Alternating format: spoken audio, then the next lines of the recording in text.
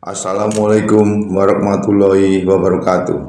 Yang kami hormati Bapak Jaksa Agung Muda Bidang Pengawasan, Bapak Inspektur 1 selaku tim penilai internal WPK WPM Kejaksaan Republik Indonesia. Kejaksaan Negeri Yogyakarta telah membangun zona integritas menuju wilayah bebas korupsi yang diawali dengan pencanangan tanggal 9 Maret 2021. Pencanangan diikuti oleh para pegawai, tenaga honorer, dan satpam dengan melakukan penandatanganan komitmen dan fakta integritas. Kegiatan pencanangan disosialisasikan kepada masyarakat melalui pemasangan spanduk melalui website Kejari Yogyakarta, Instagram, Facebook. Untuk membangun zona integritas menuju wilayah bebas korupsi ini, Kejari Yogyakarta telah membangun 6 area perubahan. Area pertama, manajemen perubahan. Kegiatan yang dilakukan pertama, membentuk tim kerja yang melibatkan semua pegawai melalui mekanisme rapat staf. Kedua, tim kerja telah menyusun rencana kerja pembangunan zona integritas yang memuat rencana kerja yang relevan dengan program pembangunan zona integritas menuju wilayah bebas korupsi yang ditetapkan. Ketiga, pemantauan dan evaluasi selalu dilakukan tim kerja untuk menilai perkembangan kemajuan hasil pelaksanaan pembangunan zona integritas. Yang keempat, melakukan perubahan pola pikir dan budaya kerja dengan menjadikan pimpinan sebagai role model dan membentuk agen perubahan untuk menjadi tauladan kepada semua pegawai. Untuk mewujudkan perubahan pola pikir dan budaya kerja tersebut, kami melakukan pemasangan kata-kata bijak berbentuk banner poster pada ruang-ruang kantor, rutin mengadakan siraman rohani, memberikan pengarahan saat apel maupun rapat staf, menerapkan budaya kerja sesuai SOP, memberikan sanksi kepada pegawai yang tidak taat jam kerja. Terakhir, kelima, selalu melakukan pemantauan dan evaluasi pembangunan zona integritas yang hasilnya dilaporkan kepada pimpinan melalui aplikasi Sinori. Area kedua, penataan tata laksana. Pada area ini, kegiatan yang kami lakukan telah membuat SOP kegiatan utama pada masing-masing bidang yang mengacu pada peta proses bisnis instansi berjumlah 24 SOP. Di antaranya SOP penerimaan tamu, pelayanan pengaduan masyarakat, pemeriksaan saksi, dan pengembalian barang bukti. SOP tersebut telah disosialisasikan dan dilaksanakan para pegawai serta dilakukan evaluasi secara berkala. Selanjutnya, untuk pelaksanaan manajemen SDM dan pengukuran kinerja, kami telah menggunakan sistem berbasis IT sebanyak 39 aplikasi seperti aplikasi CMS Bidum Pisus untuk penanganan perkara Bidum Pisus, aplikasi e-tilang untuk pelaksanaan perkara tilang, aplikasi Indra 9 untuk pelaporan kegiatan intelijen, dan masih banyak aplikasi lainnya.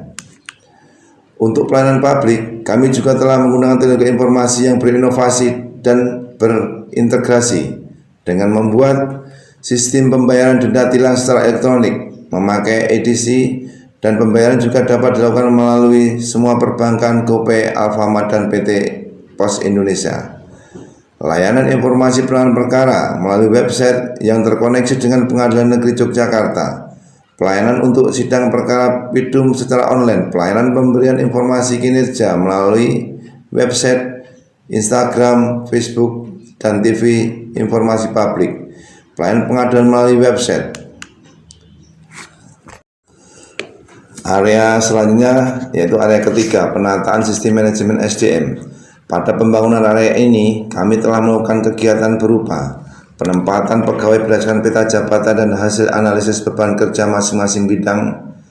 Selanjutnya, melakukan mutasi pegawai antar bidang untuk pengembangan karir dan pengalaman kerja.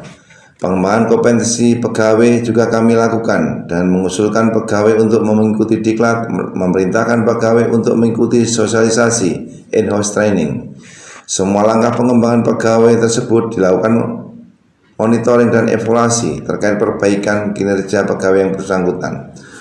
Selanjutnya, membuat penetapan kinerja individu bagi semua pegawai. Menegakkan aturan disiplin kode etik yang diimplementasikan dengan memasang banner mengenai kedisiplinan dan kode etik pegawai. Mewajibkan para jaksa membuat akta pengawasan melekat dalam penanganan perkara. Mewajibkan pegawai mengikuti apel pagi dan olahraga setiap hari Jumat. Mewajibkan para pegawai memakai seragam gamjak sesuai ketentuan memberikan punishment kepada pegawai yang terlambat masuk kerja dengan pemotongan remunerasi. Untuk area keempat, penguatan akuntabilitas. Untuk penguatan akuntabilitas, kami selaku pimpinan selalu terlibat dalam setiap penyusunan rencana strategis dan rencana kerja tahunan yang berorientasi hasil. Di samping itu, pimpinan juga terlibat dalam penyusunan indikator kinerja utama. Pimpinan, para kasih dan staf juga dilibatkan semua dalam pembuatan perjanjian kinerja. Selanjutnya, pimpinan secara berkala selalu memantau capaian kinerja masing-masing bidang melalui komputer dari ruang kerja. Membuat pelaporan kinerja berupa laporan bulanan, laporan triwulan, dan lakib yang selalu dibuat tepat waktu oleh SDM kompeten pada bidangnya. Untuk peningkatan kapasitas SDM yang menangani akuntabilitas kinerja, kami telah mengikutkan diklat dan in-house training. Area kelima, penguatan pengawasan. Untuk penguatan pengawasan, kami melakukan: pertama, pengendalian gratifikasi dengan mengadakan public campaign anti korupsi melalui pemasangan spanduk, pemasangan banner poster pada setiap ruang, campaign melalui media sosial, website, Instagram, Facebook, dan Twitter.